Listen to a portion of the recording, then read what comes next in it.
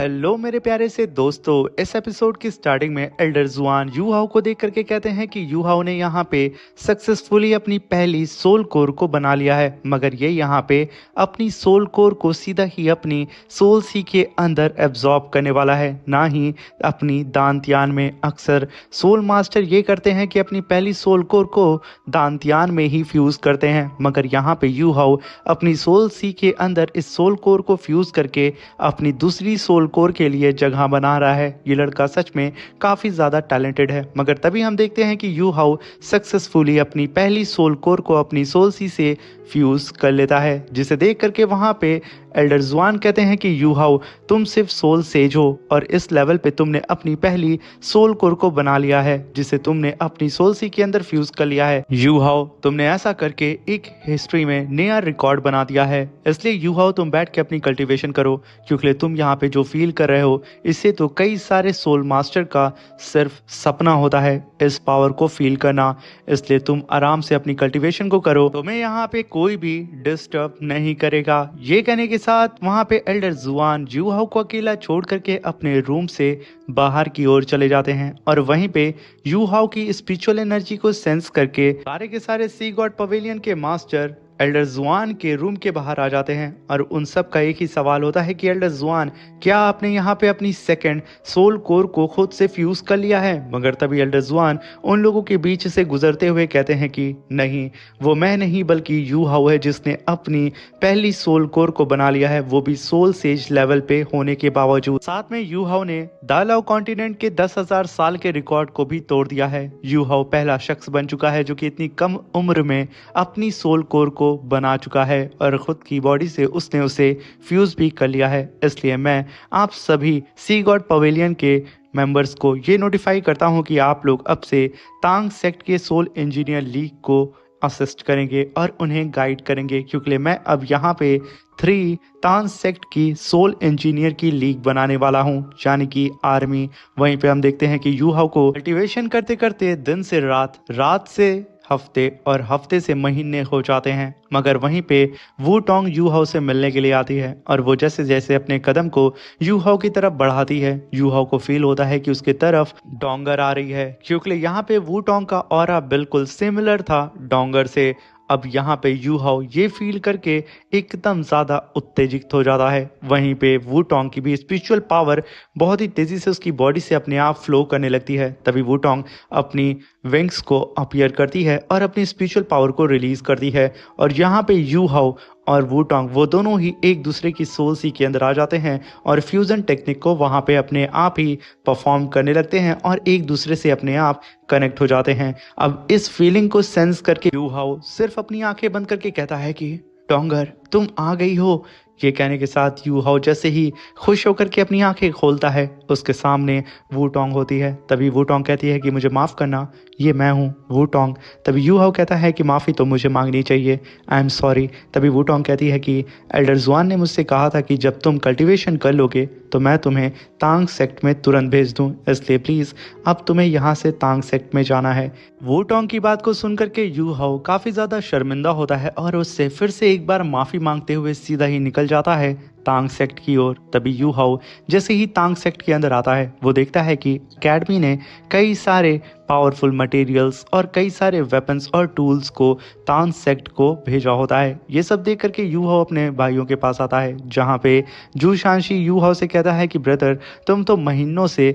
Meditation कर रहे थे, और देखो ना हम लोग यहाँ पे रात दिन एक करके काम कर रहे हैं। ये कहने के साथ सब के सब वहाँ हंसने लगते हैं। तभी यू हाउ कहता है कि फर्स्ट ब्रदर, सेकंड ब्रदर और थर्ड ब्रदर, आखिर एकेडमी ने इतने ज़्यादा मटेरियल हमारे तांग सेक्ट को क्यों दिया है? आखिर यहाँ क्या चल रहा है? तभी वहाँ पे बेबे कहता है कि यू हाउ चलो अभी फ़िलहाल के लिए हम कॉन्फ्रेंस हॉल में चलते हैं, क्योंकि मुझे तुमसे बहुत इंपॉर्टेंट बात करनी है। अब यू हाउ के भी समझ में नहीं आता है कि आखिर क्या मसला है, और वो लोग सीधा ही कॉन्फ्रेंस हॉल के अंदर आ जाते हैं। तभी वहाँ पे बेबे बताता है कि यू हाउ हम लोगों ने सी गॉड पवेलियन के अंदर डिस्कशन किया है, और वहाँ पे रिजल्ट ये निकला है कि तांग सेक्ट अपनी 3 सोल इंजीनियर की ग्रुप बनाएगी। इसमें पहले ग्रुप का नाम होगा तांग सेक्ट सोल इंजीनियर लीग, और ये पूरी ही तरीके से ऑथराइज है हमारे एकेडमी से। और साथ में इसमें 200 मेंबर्स होंगे और तांग सेक्ट के एडवांस सोल टूल इन सारे ही मेंबर्स के पास मौजूद होंगे और ये सारे ही मेंबर्स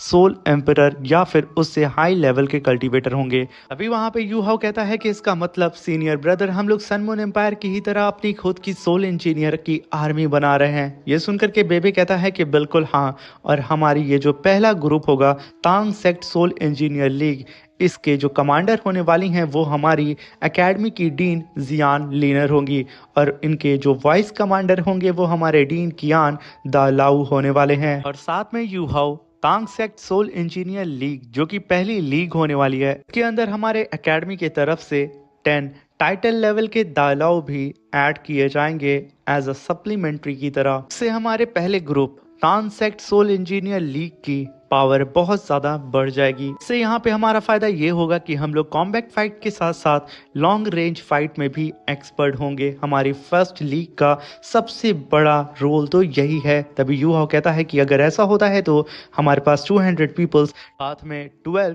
टाइटल दालाऊ हमारे पहले ग्रुप में मौजूद होंगे। और अगर इसे कंपेयर किया जाए सन मून एम्पायर की इंपीरियर सोल इंजीनियर लीग से तो हम तो इनसे बहुत ज़्यादा पावरफुल होने वाले हैं। फिर वहाँ पे काइतो कहता है कि यू हाउ हम लोग यहाँ पे जो सारे ही सोल टूल उन सारे ही 200 मेंबर्स को प्रोवाइड कर रहे हैं जिसकी वजह से उनकी कॉम्बैट पावर बहुत ज़्यादा बूस्ट होने वाली है। इनफैक्ट वो लोग टाइटल दालाऊ को भी टक्कर दे सकते हैं अपने इस सोल टूल का इस्तेमाल करके। वहाँ पे यू हाउ कहता है कि इसका मतलब पहली जो लीग है वो कॉम्बैट और लॉन्ग रेंज अटैक में परफेक्ट होगी और जो दूसरी और तीसरी लीग है वो सिर्फ लॉन्ग रेंज पे ही फोकस करेगी। अब ये सुनकर के बेबी कहता है कि बिल्कुल सही पहचाना यू हाउ, जो हमारी सेकेंड लीग है वो हैवी सोल इंजीनियर लीग उसका नाम है और उसके पास एडवांस डिवाइन क्रॉसबो कैनन्स मौजूद होंगे, लगभग 300 सोल टूल्स। ये सुनकर के यू हाउ काफी दंग होता है, मगर तभी वहां पे काइतू कहता है कि जो आखिरी हमारी लीग है जिसका नाम टूरेंट सोल इंजीनियर लीग है और इसके अंदर लगभग 1500 सोल मास्टर मौजूद होंगे। साथ में यू हाउ इस लीग के पास 300 यूनिट्स मोबाइल टूरेंट्स मौजूद होंगे। फिर वहाँ पे यू हाउ कह रहा है कि फर्स्ट ब्रदर थर्ड ब्रदर यानी कि बेबी और काइतू से इसे बनाने के लिए हमें बहुत ही ज्यादा रेयर मेटल्स की जरूरत होगी। इनफैक्ट सन मून एम्पायर से हमने जो मेटल्स को लूटा था उसका भी अगर हम इस्तेमाल कर लें तो भी कम पड़ जाएगा। हमें और भी ज़्यादा मटेरियल और मेटल्स की ज़रूरत होगी जिसका इस्तेमाल करके हम इन सब चीज़ों को बना सकें। तभी बेबे कहता है कि बिल्कुल तुमने सही समझा, इसी वजह से तो मैंने अर्जेंटली तुम्हें यहाँ पे बुलाया है। तभी वहाँ पे यू हाउ कहता है कि आखिर सीनियर ब्रदर आप कहना क्या चाहते हैं। तभी वहाँ पे बेबे क्वीन को आवाज़ देता है और कहता है क्वीन अब वक्त आ चुका है कि तुम आ जाओ। तभी वहां पे क्वीन की आवाज आती है कि यू हाउ तुम्हें मेरे साथ चलना होगा। अब तभी यू हाउ की भी नजर अपने सामने क्वीन पे पड़ती है, जहां पे क्वीन पहले यू हाउ को सीनियर ब्रदर बोला करती थी और जब उसे पता चल गया कि यू हाउ उससे एज में छोटा है इसलिए वो उसे अब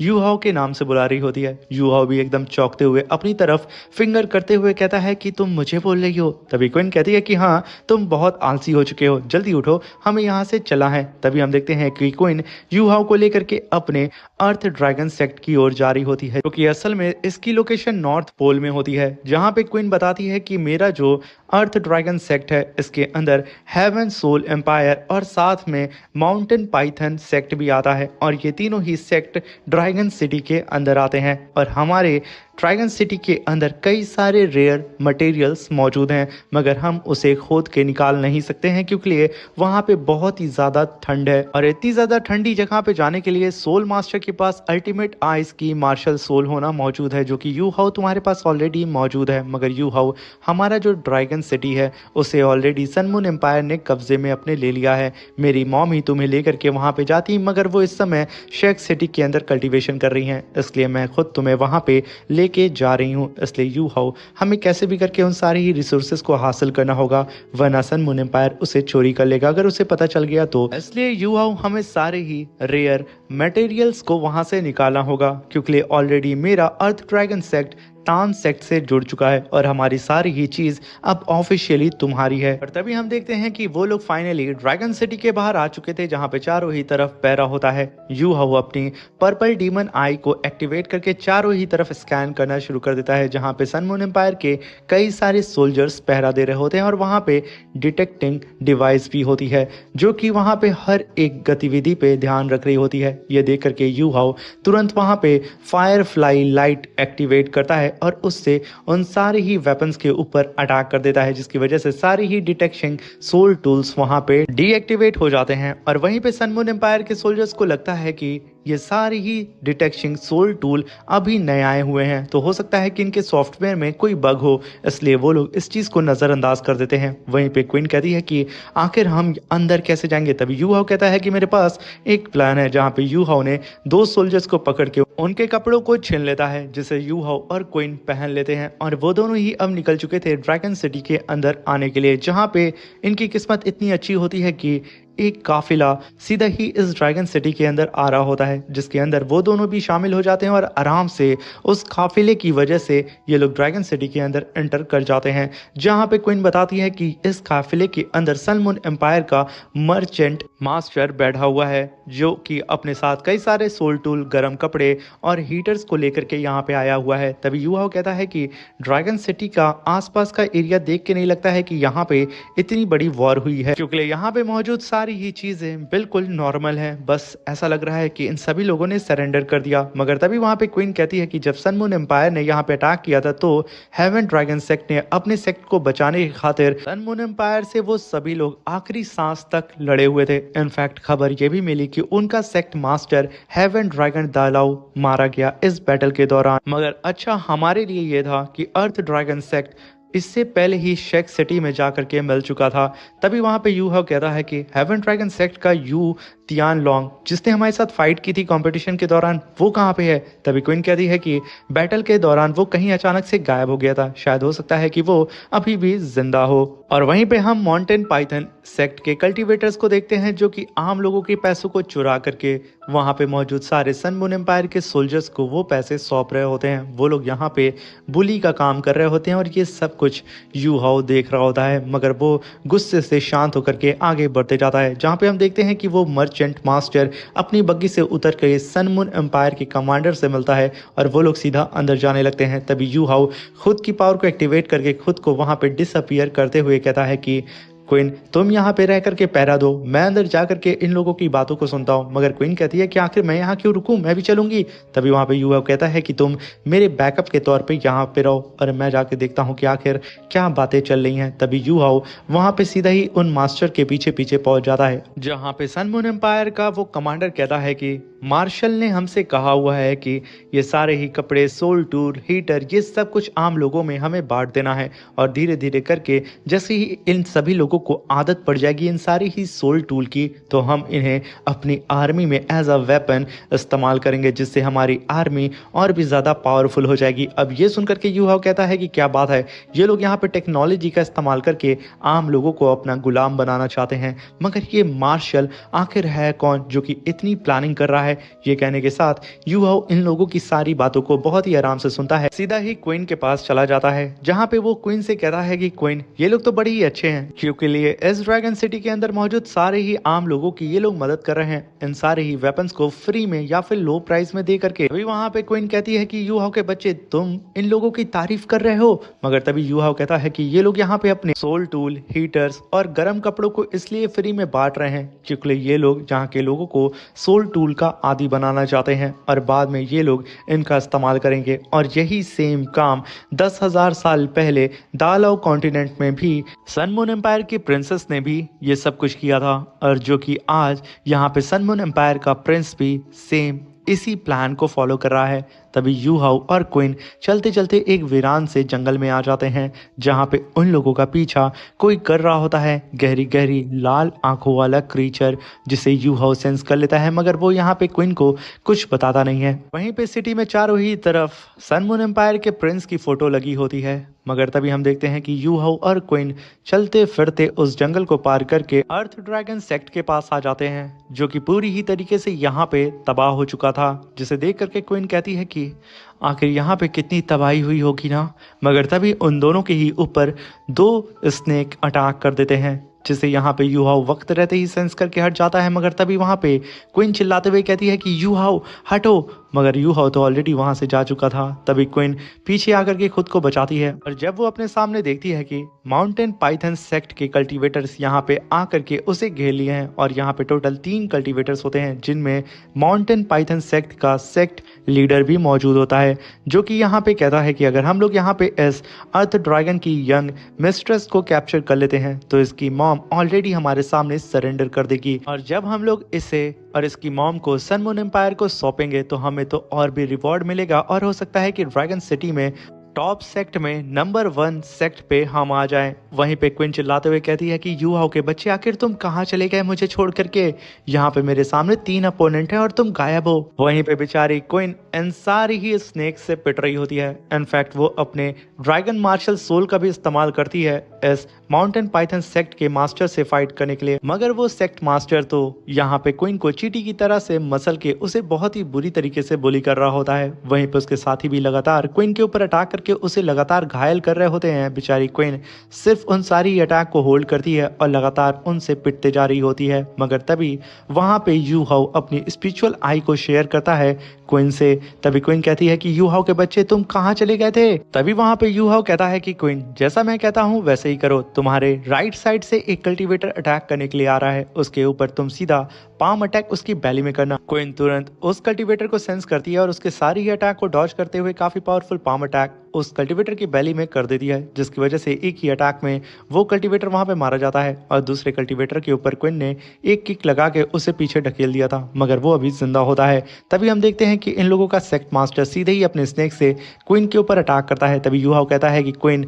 स्नेक की सबसे कमजोर पचा होती है, उसकी नीचे की बॉडी अपनी शॉर्ट से इसे चीर के रख दो। तभी वहां पे क्वीन अपनी 5th soul skill annihilation sword को समन करती है। तभी यूहाओ कहता है कि अपनी पूरी पावर अपनी स्वॉर्ड के अंदर झोंक करके एक फाइनल अटैक इसके ऊपर करो। तभी क्वीन सेम ऐसा ही करती है, अपनी स्वॉर्ड को सीधा ही उस सेक्ट मास्टर के चेस्ट के अंदर घुसेड़ देती है, जो कि असल में एक पाइथन फॉर्म में खुद को ट्रांसफॉर्म कर चुका था, जहां पे क्वीन ने अपनी स्वॉर्ड के दम पे उस पाइथन को 2 भाग में फाड़ करके रख देती है और सीधा ही जमीन पे आकर के लैंड करती है, जहां पे वो बेचारा सेक्ट मास्टर बहुत बुरी मौत मारा जाता है। और जब उसका साथी यहाँ पे क्वीन के ऊपर अटैक करने के लिए आता है और अपने सामने सेक्ट मास्टर को मरा हुआ देखता है, वो तुरंत अपनी स्वॉर्ड को छोड़ के वहां से भागने लगता है। मगर तभी क्वीन देखती है कि वो स्नेक फॉर्म में आकर के वहां से भाग रहा है। वो अपनी स्वॉर्ड को फिर से नचाती है और एक किक अपने स्वॉर्ड पे मारती है, जहां पे क्वीन की स्वॉर्ड रॉकेट की रफ्तार से उस स्नेक का पीछा करने लगती है और सीधे ही जाकर के उसके फोरहेड के जस्ट नीचे ही